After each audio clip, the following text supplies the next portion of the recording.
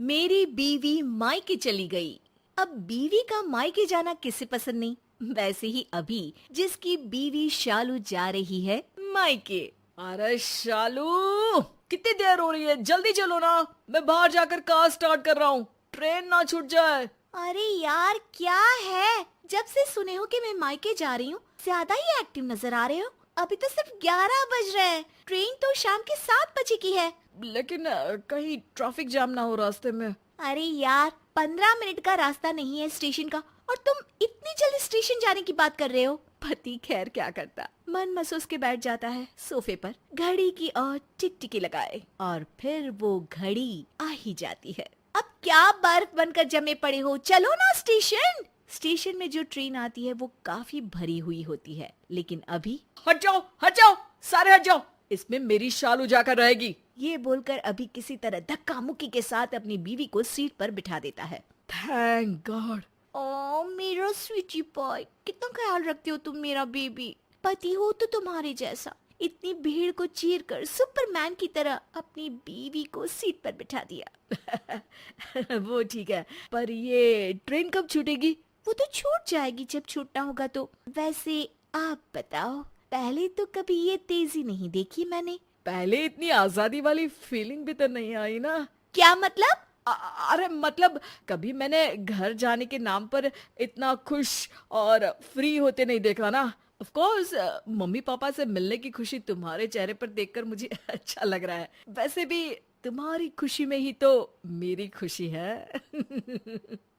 बीवी को लगता है कि पति उसकी बहुत केयर कर रहा है। ये रेलवे वाले ना कभी वक्त पर गाड़ी नहीं चलाएंगे। 7 बजे का टाइम है और देखो कैसे पूरे 7:03 हो गए, गाड़ी चल क्यों नहीं रही है? तभी पास बैठा बूढ़ा बोलता है। बेटा, बीवी को मायके वाली ट्रेन में बिठाने आए हो ना?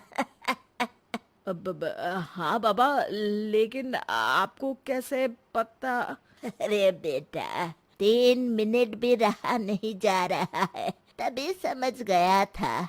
लेकिन मूर्ख लड़के, जो तेरे मकान को घर बना कर रह रही है ना, वो चली जाएगी तो तू करेगा क्या?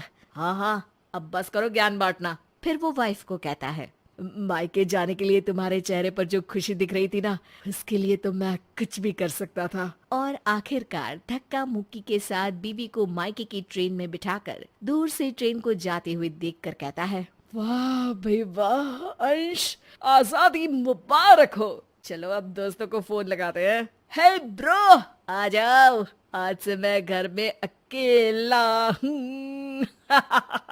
शाम को करते हैं ना पार्टी, वो भी तगड़ी वाली। शाम को अंश के दोस्त घर आते हैं।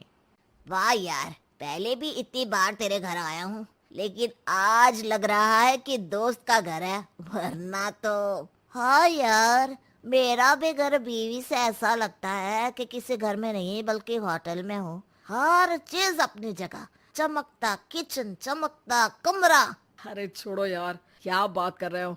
चलो फुटबॉल का मैच शुरू होने वाला है, खाने का ऑर्डर देकर आता हूँ बाहर से।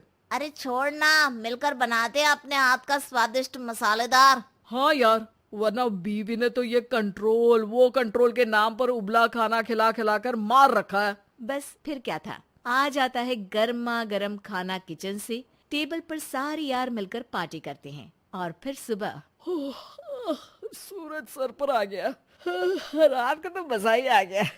चलो एक कप चाय बनाता हूँ। लेकिन अंश जैसे ही किचन में जाता है जोर से चिल्लाता है, ओह गॉड, इतना गंदा किचन, ये कौन साफ करेगा? जैसे तैसे वो किचन साफ करता है कि तभी उसकी बीवी का फोन आ जाता है। सुनो, मैंने ना 2 बर्तन रखे हैं, तुम ज्यादा मेहनत मत करना, बस खाना हल्का फुल्का बना लेना। मैं पड़ोस की काम वाले को फोन करके कह दूंगी, वो बर्तन धोकर जाएगी। तुम चिंता मत करो ना, मैं हल्का फुल्का काम कर लूंगा। भूख लगी है, बस नाश्ता बना लेता हूँ। देखो, दूध के साथ अंडा उबाल लेना अगर ज्यादा कुछ बनाने का मन ना हो तो। अब हाँ मैं बना लूंगा, तुम एंजॉय करो यार। सारा किचन साफ कर अंश नाश्ता बनाता है कि किचन फिर से गंदा हो जाता है। वो खाना खाकर किचन में आता है तो सामने फिर गंदे बर्तन दिखाई देने लगते हैं। 2-4 दिन किसी तरह बीतने पर वो कपड़े लेने के लिए अलमारी खोलता है कि हे भगवान, ये तो सारे बिखरे हैं, क्या पहनूं कुछ समझ में नहीं आ रहा है। चलो आज कपड़े ही धो देता हूँ। लेकिन कपड़े धोने के बाद अंश की कमर में दर्द होने लगता है। अरे अब क्या करूं? हाँ, एक आइडिया, माँ को बुला लेता हूँ, वो कुछ मदद कर देगी। अंश माँ को फोन करता है और फिर कुछ दिनों के लिए अंश की माँ घर आ जाती है। अरे अंश बेटा, जरा बहू को बोल चाय दे। कहाँ है वो? अरे माँ, 5 दिन से मायके है ना, अभी 5 दिन और रहेगी, तभी तो तुझे बुलाया है। अरे बेटा, पहले बताना था ना। ना बाबा ना, मैं बहू के बिना यहाँ नहीं रहूंगी। मेरे बस की नहीं है तेरे काम करना।